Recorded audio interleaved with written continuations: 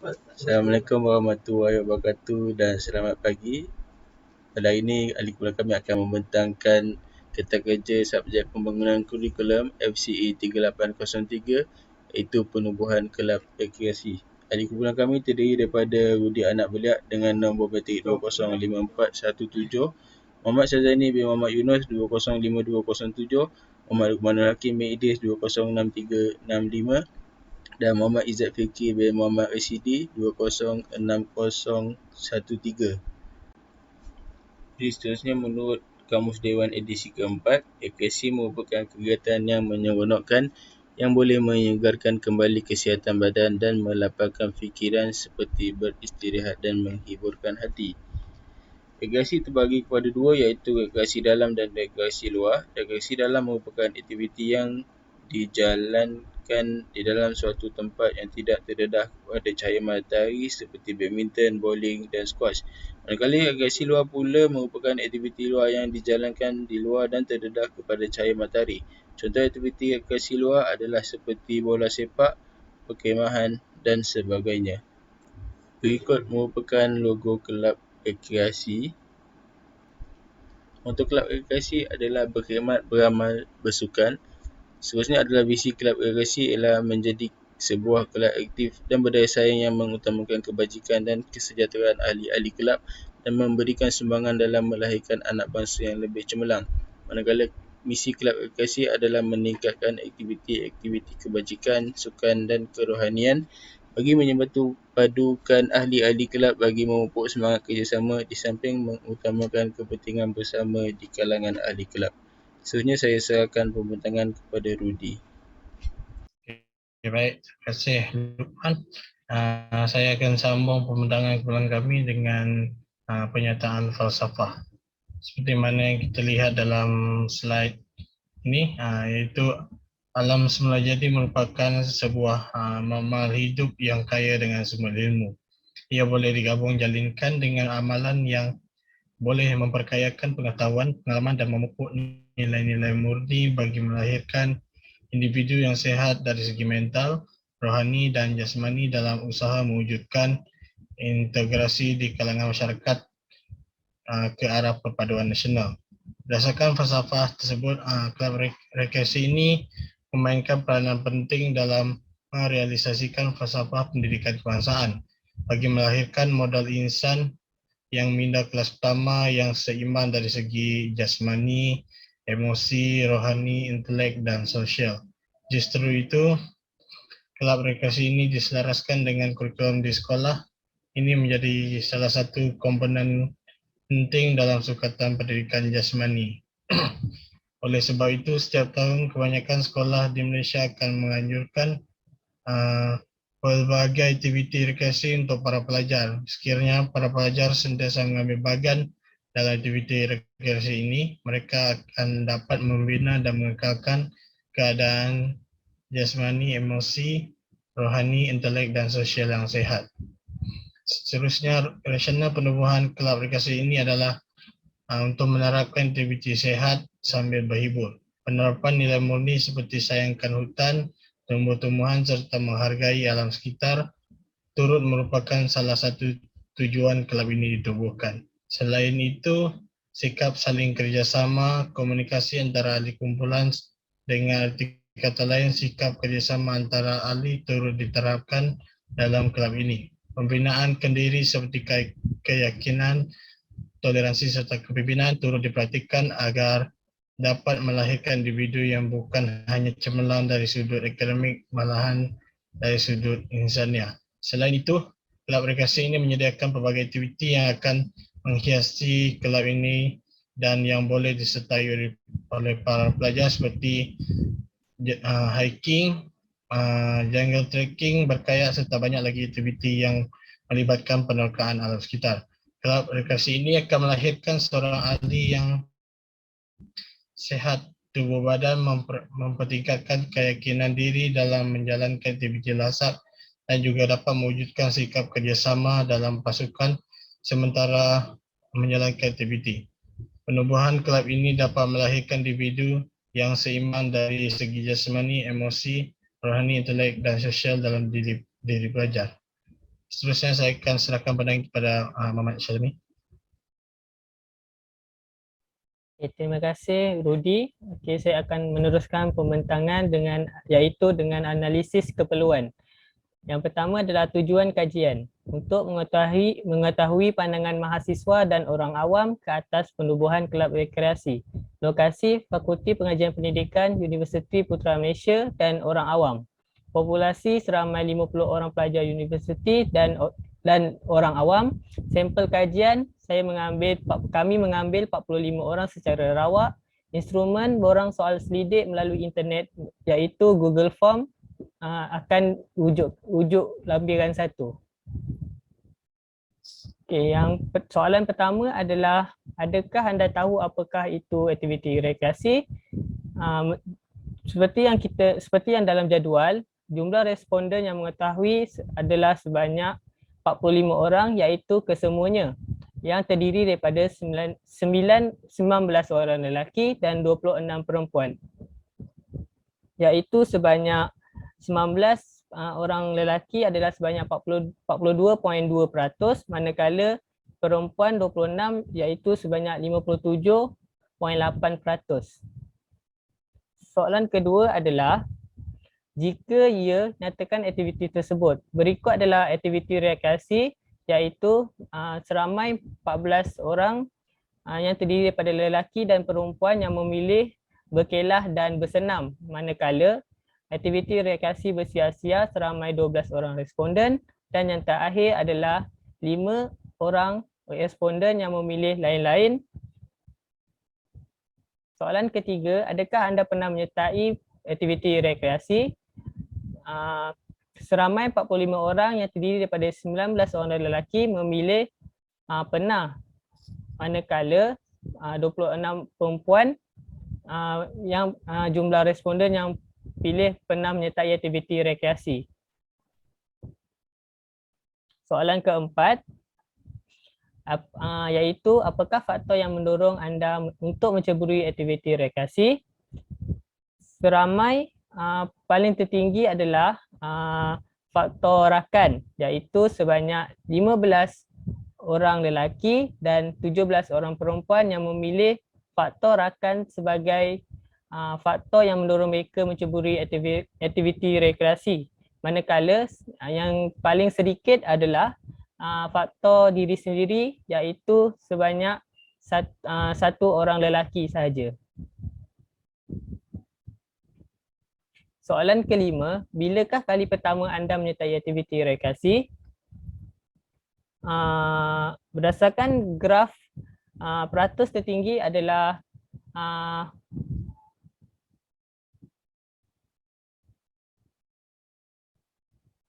air terjun, iaitu seramai 12 orang lelaki memilih dan 11 orang perempuan memilih air terjun sebagai tempat yang paling menarik untuk menjalankan aktiviti rekreasi. Manakala terdapat 2 jumlah responden yang sama memilih tempat yang paling menarik, iaitu taman rekreasi awam dan pantai, iaitu sebanyak 6 orang jumlah responden yang terdiri daripada taman rekreasi awam sebanyak 2 lelaki dan 4 perempuan, manakala pantai 1 lelaki dan 5 perempuan. Soalan ketujuh, adakah anda berminat dalam aktiviti rekreasi? Berdasarkan jadual di slide, jumlah responden yang berminat iaitu keseluruhannya seramai 45 orang responden yang terdiri daripada 19 orang lelaki dan 26 orang perempuan. Soalan ke-8, pandangan anda, wajarkah kelab rekreasi ditubuhkan di sekolah? Seramai 44 orang responden yang memilih kewajaran ya, manakala terdapat seorang lelaki yang memilih tidak. 44 orang ni terdiri daripada 18 orang lelaki dan 26 perempuan. Soalan ke-9, mengikut pandangan anda, apakah faktor yang mampu menarik minat untuk menyertai kelab rekreasi. Faktor yang menarik minat pelajar untuk menyertai kelab rekreasi yang paling tinggi adalah aktiviti yang dianjurkan, iaitu seramai 8 orang lelaki dan 15 orang perempuan. Manakala yang paling rendah adalah manfaat yang bakal diperolehi, iaitu seramai 4 orang lelaki dan 6 orang perempuan. Seterusnya saya akan meneruskan pembintangan dengan menjemput Izzat untuk meneruskan pembintangan.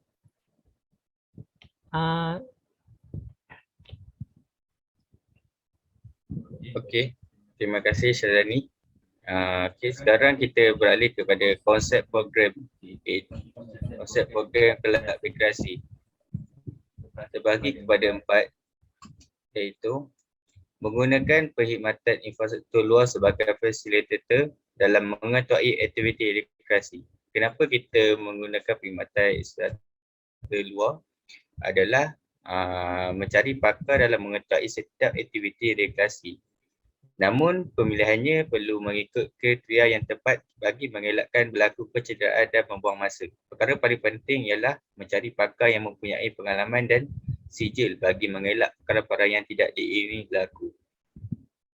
Jurulatih tersebut mestilah telah diberi hak untuk melatih dari badan-badan yang bertanggungjawab seperti CJ American Council of Exercise ACE, National Academy of Sport Medic NASM dan CJ Kejurulatihan tahap 1 hingga 3. Scientific Strength and Condition Specialist CSCS bagi pakar yang berlatar belakang diploma, ijazah sarjana muda, ijazah serta PhD dalam bidang sains sukan dan perubatan. Ia merupakan satu bonus buat pelajar. Pelajar berhak mendapat jurulatih yang pakar kerana pihak sekolah meletakkan tanggungjawab kepada jurulatih untuk menjaga kesihatan dan kecergasan.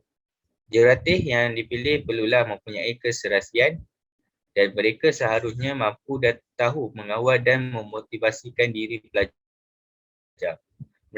Pelajar perlu meluangkan masa berjam-jam bersama pakar. Oleh itu, jurulatih mestilah mudah dan pandai berkomunikasi. Itu merupakan konsep program yang menggunakan perkhidmatan infrastruktur luar sebagai fasilitator. Okey. Kita beralih kepada poin yang kedua, iaitu pelajar sebagai sumber reka bentuk kurikulum. Okey, pelajar berlaku berdasarkan perubahan kemajuan dan memberi fokus kepada pendekatan pengajaran dan pembelajaran berpusat pelajar dan pengajaran dengan memberi penekanan dan demonstrasi. Sekolah perlu membina kerjasama antara pelajar bukan mewujudkan persaingan. Sikap pelajar seharusnya menjadi sumber reka bentuk kurikulum. Okey, bagaimana pelajar belajar dan membentuk sikap dan mengembangkan minat nilai merupakan sebahagian daripada sikap pelajar. Reka bentuk ini sangat mirip dengan reka bentuk berpusatkan pelajar kerana menekankan pelajar sebagai asas untuk mengorganisasikan kelab mereka. Okey, poin yang ketiga, konsep program ini adalah menggunakan pendekatan teknikal saintifik. Apa itu teknikal saintifik ini? Ialah menggunakan pendekatan teknikal saintifik bertujuan untuk memudahkan aspek pelaksanaan dan penilaian kelab.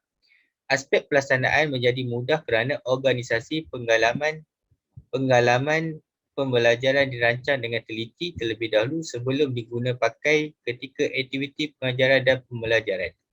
Penilaian juga dapat dijalankan dengan mudah kerana perincian mengenai kriteria yang hendak dinilai telah ditetapkan sebelum pelaksanaan pengajaran dan pembelajaran. Kriteria yang digariskan pula adalah berdasarkan objektif-objektif yang hendak dicapai. Analisis keperluan iaitu guru memerlukan proses dengan mengenal pasti keperluan pelajar yang menjadi sasaran kurikulum yang dirancang. Memformulasi objektif di mana selepas guru dapat mengenal pasti keperluan pelajar. Beliau seharusnya menyatakan objektif yang ingin dicapai. Pemilihan isi kandungan objektif yang dipilih atau diformulasikan akan memberi garis panduan berhubung isi kandungan dan pengisian kurikulum. Bukan sahaja objektif dan isi kandungan perlu sesuai, bahkan keselesaan dan kepentingan isi kandungan yang dipilih juga perlu ditentukan. Isi kandungan kurikulum perlu disusun mengikut urutan-urutan tertentu dengan mengambil kira kematangan, pencapaian dan minat pelajar. Pemilihan pengalaman pembelajaran peringkat ini melibatkan pemilihan kaedah pengajaran yang dapat menyampaikan isi kandungan secara berkesan. Penyusunan aktiviti-aktiviti pembelajaran biasanya ditentukan oleh isi kandungan yang ingin disampaikan. Kaedah penilaian perlu difikirkan oleh guru tersebut. Okey, poin yang keempat adalah penilaian akan dilakukan semasa pelajar mengetuai aktiviti rekreasi yang diikuti. Okey, penilaian yang akan dilakukan dari aspek dominan motor adalah berdasarkan kebolehan murid melakukan aktiviti rekreasi yang telah diadakan oleh guru-guru mereka. Manakala daripada aspek domain kognitif, mereka dinilai berdasarkan kemampuan mereka dalam melaksanakan aktiviti rekreasi dengan jayanya dan memberi impak yang berkesan dalam diri mereka. Penilaian aspek domain efektif pula akan diuji dari aspek mematuhi dan mengamalkan elemen pengurusan dan keselamatan, menunjuk keyakinan dan tanggungjawab pendiri semasa melakukan aktiviti fizikal, berkomunikasi dalam pelbagai cara semasa melakukan aktiviti fizikal, membentuk kumpulan dan bekerjasama dalam kumpulan semasa melakukan aktiviti fizikal. Seterusnya saya akan serahkan kepada Muhammad Lokman. Terima kasih Izzat Fikri. Jadi saya akan menerangkan tentang matlamat kelab rekreasi. Matlamat yang pertama adalah meningkatkan kesedaran generasi muda tentang pemeliharaan khazanah alam semula jadi. Masyarakat pada hari ini dilihat seperti kurang kesedaran tentang pemeliharaan khazanah alam semula jadi. Kesedaran dan kepekaan mengenai sesuatu kejadian yang berlaku di sekeliling kita mungkin disebabkan ketidakprihatinan menyebabkan kurangnya pemahaman mengenai hubung kait dalam sistem ekologi. Pendidikan alam sekitar yang selama ini diterapkan dalam kalangan pelajar sekolah sama ada secara formal ataupun tidak formal dilihat belum mencapai matlamatnya dan menuntut kepada perubahan dan pendekatan baru. Oleh itu, kelab rekreasi ini merupakan satu pendekatan yang boleh digunakan untuk meningkatkan kesedaran yang membawa kepada tindakan untuk memelihara alam sekitar. Matlamat yang kedua adalah membina generasi muda yang berdisiplin dan berkeyakinan tinggi dalam menghadapi cabaran dan kehidupan. Generasi muda yang berdisiplin dan berkeyakinan tinggi perlu dilahirkan bagi memberi pengalaman dan pengetahuan kepada generasi muda dalam melakukan tugas yang diamanahkan dengan sempurna serta sanggup melakukan sesuatu tugas tanpa rasa takut dan malu. Perkara ini perlulah diasah sejak kecil kerana cabaran masa depan yang bakal dihadapi adalah semakin sukar dan mencabar. Tambahan pula kepesatan teknologi dan arus pemodenan yang begitu hebat. Program rekreasi berhasrat untuk membantu perkembangan diri pelajar, terutamanya peningkatan kemahiran individu dalam menguruskan masalah-masalah yang timbul serta cabaran hidup moden. Oleh itu, satu organisasi atau aktiviti perlu ditubuhkan untuk memberi tunjuk ajar yang betul. Melalui penyertaan pelajar dalam kelab rekreasi ini dapat melatih pelajar lebih berdisiplin dalam menguruskan aktiviti yang akan dijalankan. Perkara ini juga dapat menjadikan mereka seorang yang berkeyakinan tinggi dan berkebolehan dalam pelbagai aspek seperti mampu berkomunikasi dan bersosial dengan khalayak ramai, bekerjasama atau bekerja dengan orang yang berbeza sikap dan tingkah laku dan sebagainya. Kelab ini juga memberi peluang kepada pelajar mempelajari kemahiran alam sekitar yang berperanan penting untuk mengalami kehidupan di luar.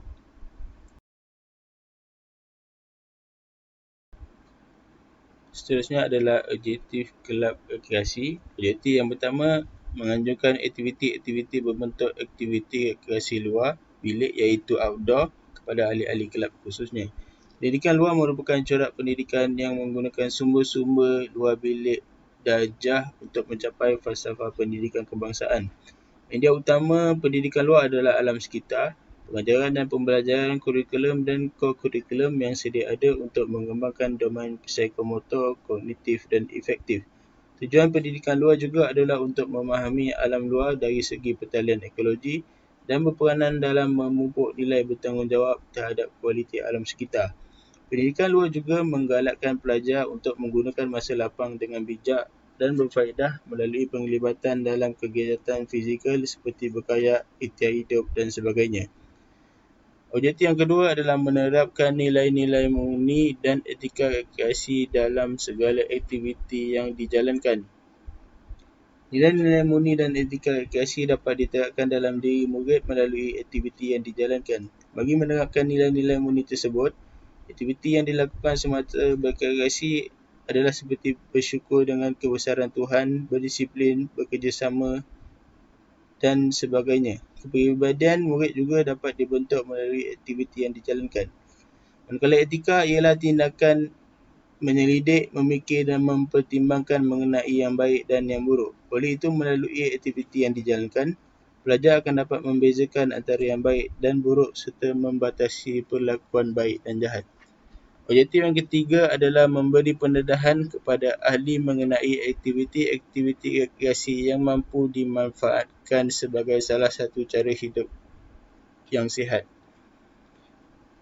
Penglibatan pelajar secara aktif dalam kelab ini mampu memberi pendedahan kepada mereka tentang aktiviti-aktiviti rekreasi. Pendedahan aktiviti-aktiviti tersebut juga mampu mengelakkan mereka daripada menghabiskan masa kepada media sosial dan juga bermain permainan atas talian yang kurang berfaedah jika sering dilakukan. Dengan adanya kelab ini, ilmu pengetahuan pelajar dapat ditingkatkan selain daripada dapat menyihatkan tubuh badan pelajar-pelajar apabila tubuh badan mereka terdedah kepada matahari dan mengeluarkan peluh jika melakukan apa-apa aktiviti bersama dengan kelab ini. Objektif yang keempat adalah menyalurkan segala bentuk keilmuan dan kemahiran dalam berekreasi termasuk segala ilmu alam semula jadi, kehutanan dan kemahiran berfikir dalam aktiviti rekreasi. Pelajar akan dapat pelbagai ilmu dan kemahiran melalui aktiviti kelab rekreasi ini. Selain daripada aktiviti-aktiviti fizikal yang terdapat dalam program pendidikan luar, peserta kursus juga berpeluang untuk mengenali serta mengamati jenis-jenis flora dan fauna yang terdapat di alam semula jadi. Ilmu kehutanan mengagumi eksploitasi tanah hutan, jenis-jenis pokok, saluran sungai dan perlindungan hidupan liar dan tanaman. Ilmu kehutanan ini sedikit sebanyak akan menerapkan lagi nilai tanggungjawab seseorang itu terhadap hutan yang perlu dijaga untuk kegunaan masa akan datang. Apabila pelajar berinteraksi dengan alam semula jadi, pemikiran mereka akan terangsang untuk menjadi lebih kreatif. Semasa berekreasi, pelajar boleh menulis secara kreatif seperti membuat catatan perjalanan, sajak ataupun pantun. Pelajar yang berfikiran kritis pula akan merasa tercabar dengan penemuan-penemuan baru yang dilihat dan diperhatikan di sepanjang aktiviti. Dan objektif yang terakhir iaitu berekreasi sebagai agenda utama pergerakan kelab dan memastikan aktiviti-aktiviti kebajikan dan kemasyarakatan diterapkan dalam aktiviti tersebut. Aktiviti yang dirancang dan dijalankan mampu meningkatkan kualiti pelajar dalam melibatkan diri dengan rakan, ahli masyarakat serta meningkatkan tahap disiplin diri menerusi pelbagai aktiviti yang dijalankan. Aktiviti rekreasi juga dapat menguji semangat kerjasama secara berpasukan serta melatih pelajar bekerjasama dengan pelbagai pihak apabila mereka memasuki alam dewasa nanti. Selain itu, aktiviti rekreasi mampu memberikan sumbangan yang besar dalam melahirkan individu yang berkualiti serta mampu memberi sumbangan kepada masyarakat dan negara. Seterusnya saya serahkan pembentangan kepada Izzat Fikri. Terima kasih Lokman. Okey, kita beralih kepada pengalaman pembelajaran. Pengalaman pembelajaran ini terbagi kepada 4, iaitu yang pertama ialah perubahan tingkah laku ahli kelab. Yang kedua, pelaksanaan kemahiran. Yang ketiga, aspek nilai. Yang terakhir, aktiviti kemahiran dan pembelajaran. Okey, kita ringkaskan kepada semua. Okey, istilah pengalaman pembelajaran bermaksud tindak balas di antara ahli kelab dengan keadaan yang ditemuinya dalam alam sekeliling. Pengalaman pembelajaran berlaku melalui perubahan perubahan dalam tingkah laku ahli kelab yang memerlukan pelibatan ahli kelab yang aktif. Walaupun luaran ahli kelab nampak sama, tetapi pengalaman yang diperolehi setiap ahli kelab sebelum ini adalah berlainan berdasarkan minat dan latar belakang ahli kelab itu sendiri. Bagi mencapai objektif, pemilihan pengalaman pembelajaran yang dijalankan terbahagi kepada dua bahagian, iaitu pengisian, iaitu isi kandungan, dan aktiviti kemahiran dan pembelajaran. Di dalam isi kandungan terdapat 3 aspek utama, iaitu pengetahuan, kemahiran dan nilai. Okey, pengetahuan ialah perihal mengetahui kepandaian dan kebijaksanaan dipetik dalam kamus Dewan Bahasa dan Pustaka. Dari segi pengetahuan, ahli kelab didedahkan mengenai pengetahuan umum tentang aktiviti yang dijalankan. Ini merupakan peringkat asas yang perlu diketahui setiap ahli kelab mengenai pembelajaran yang mereka perolehi sepanjang proses pembelajaran semasa penyerpaan kelab berlangsung. Untuk meningkatkan lagi kefahaman dan kefasihan ahli kelab, pelaksanaan kemahiran perlu dilaksanakan supaya pengalaman pembelajaran yang akan diperolehi oleh setiap ahli kelab akan menjadi lebih bermakna. Kemahiran dan kecekapan dan kepandaian melakukan sesuatu. Aspek kemahiran ini akan dilaksanakan semasa organisasi pengalaman pembelajaran dijalankan. Ahli kelab akan memperolehi pengalaman terkumpul melalui dominan ini kerana ia menekankan aspek pelaksanaan sama ada secara individu maupun berkumpulan yang dilaksanakan di dalam dan di luar sekolah. Okey, nilai pula adalah satu standard yang agak berkekalan dari segi masa atau dalam pengertian yang luas, suatu standard yang mengaturkan satu sistem perlakuan. Aspek nilai dapat diselitkan melalui aspek pengetahuan dan aspek kemahiran. Ini adalah kerana nilai dapat dipelajari sama ada secara langsung maupun tidak langsung semasa organisasi pengalaman pembelajaran dijalankan. Nilai-nilai yang diperolehi bukan sahaja dapat diperolehi melalui aktiviti pengajaran dan pembelajaran dijalankan. Malahan nilai yang tersirat di sebalik aktiviti rekreasi itu sendiri dapat dipraktikkan oleh ahli kelab yang memahami objektif kelab tersebut. Aktiviti kemahiran dan pembelajaran yang dilaksanakan adalah bagi mencapai objektif yang dirancang. Ia adalah berbentuk teori dan praktikal. Segala aktiviti yang dilaksanakan adalah selaras dengan objektif-objektif yang ingin dicapai supaya pengalaman pembelajaran yang berlaku dapat mencapai objektif-objektif yang dipilih. Okey, seterusnya saya akan serahkan kepada pembentang seterusnya. Okay, terima kasih Izzat Fikri. Seterusnya saya akan membentangkan aktiviti tahunan yang dirancang dan akan dilaksanakan oleh kelab rekreasi. Aktiviti yang pertama iaitu sesi sesuai kenal kelab. Aktiviti ini adalah kebiasaannya akan dilaksanakan pada sesi awal perjumpaan. Dalam aktiviti ini para pelajar akan didedahkan tentang perkara-perkara yang berkaitan dengan kelab rekreasi, seperti apa itu rekreasi, apa komponen yang ada di dalam kelab rekreasi, keistimewaan maklumat kelab, objektif kelab ditubuhkan dan banyak lagi perkara berkaitan kelab rekreasi.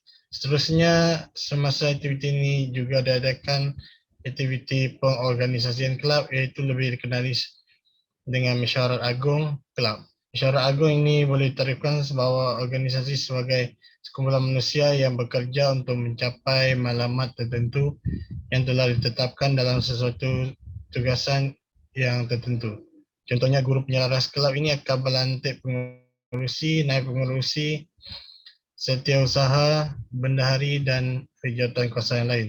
Rasional penubuhan aktiviti ini adalah untuk mengetahui dengan lebih jelas tentang kelab rekreasi ini dengan lebih mendalam dan juga aktiviti pengorganisasian ini adalah sangat wajar untuk dilaksanakan kerana sebagai penggerak dan tulang belakang kelab. Next.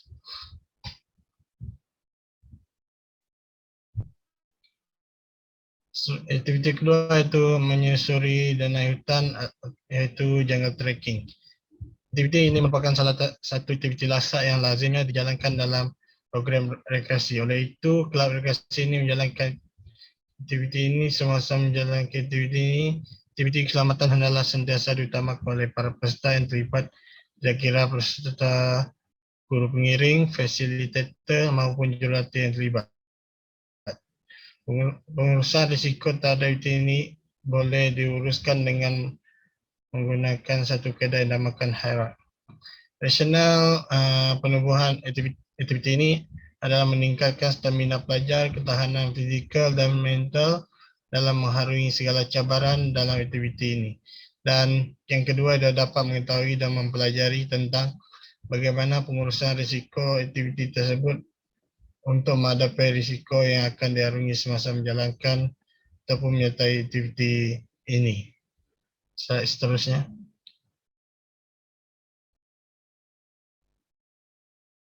Yang ketiga iaitu aktiviti orienteering.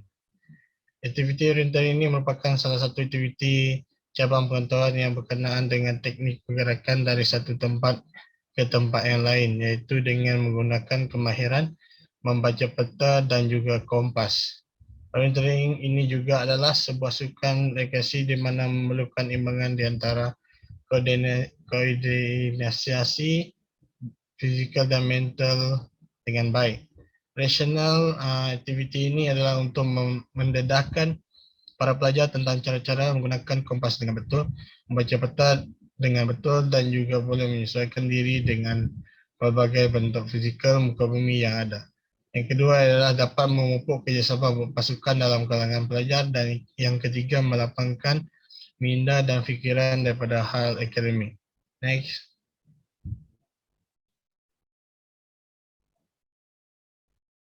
Aktiviti keempat itu aktiviti perkemahan. Aktiviti perkemahan adalah penghidupan di luar sama ada di hutan, di pantai, di bukit, di gunung dan sebagainya. Berkemah bermakna menerima atau memikul beberapa tanggungjawab terhadap pengurusan makanan, perlindungan dan melibatkan diri dalam aktiviti berkaitan dengan persekitaran. Perhubungan yang erat dengan alam semesta jadi perlu diutamakan dalam perkemahan, sama ada perkemahan secara individu ataupun perkemahan secara berkumpulan. Rasional untuk aktiviti ini adalah unsur-unsur asas pembangunan kemanusiaan seperti toleransi, tolong-menolong, berdisiplin dan jati diri dipupuk dalam diri seorang pelajar. Yang kedua adalah mendedahkan para peserta kepada cabaran-cabaran fizikal dan mental yang secara tidak langsung memantapkan semangat juang dan keyakinan diri masing-masing. Dan yang ketiga, dapat melatih anggota pelajar yang menyelesaikan segala tugasan dengan penuh tanggungjawab. Next. Aktiviti yang terakhir iaitu aktiviti berkayak. Aktiviti berkayak adalah merupakan sejenis sukan air. Berbeza dari sukan ataupun aktiviti kanu. Berkayak selalunya dilakukan di air yang tenang dan kurang berisiko. Aktiviti berkayak boleh dilakukan secara bersendirian atau dengan pemerhatian jurulatih.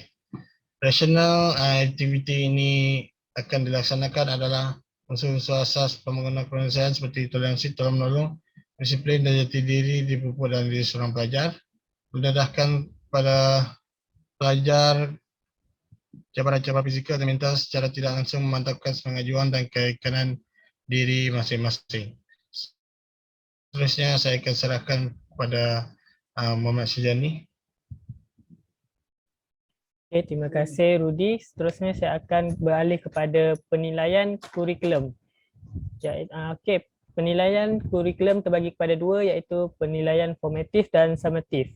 Penilaian formatif adalah ujian formal atau ujian tidak formal bagi mengesan tahap penguasaan pelajar di dalam kelas. Yang kedua adalah pelajar dinilai melalui penglibatan dan penyertaan mereka dalam setiap aktiviti yang dianjurkan oleh kelab rekreasi. Manakala penilaian summatif adalah proses pengumpulan maklumat untuk mengesan tahap pencapaian pelajar keseluruhan. Contoh, markah penilaian atau grade pelajar akan diberikan pada akhir tahun setelah pelajar melaksanakan kesemua aktiviti yang dijalankan. Kaedah penilaian pelajar iaitu terbagi kepada 3, iaitu kehadiran, pelibatan dan penilaian akhir. Kehadiran sebanyak 40%, iaitu menggalakkan pelajar menghadiri setiap perjumpaan sebanyak 2 kali setahun. Satu perjumpaan adalah selama 3 jam. Pelibatan sebanyak 40%, iaitu jawatan yang disandang sebanyak 10%, pelibatan aktif di dalam kelas sebanyak 15%, pelibatan aktif di luar kelas sebanyak 15%. Dan manakala yang terakhir adalah penilaian akhir, iaitu sebanyak 20% yang terdiri daripada kuis masa perjumpaan atau penghantaran buku log kelab sebanyak 10% dan penilaian semasa perjumpaan akhir sebanyak 10%. Sekian saja daripada kumpulan kami. Sekian, terima kasih.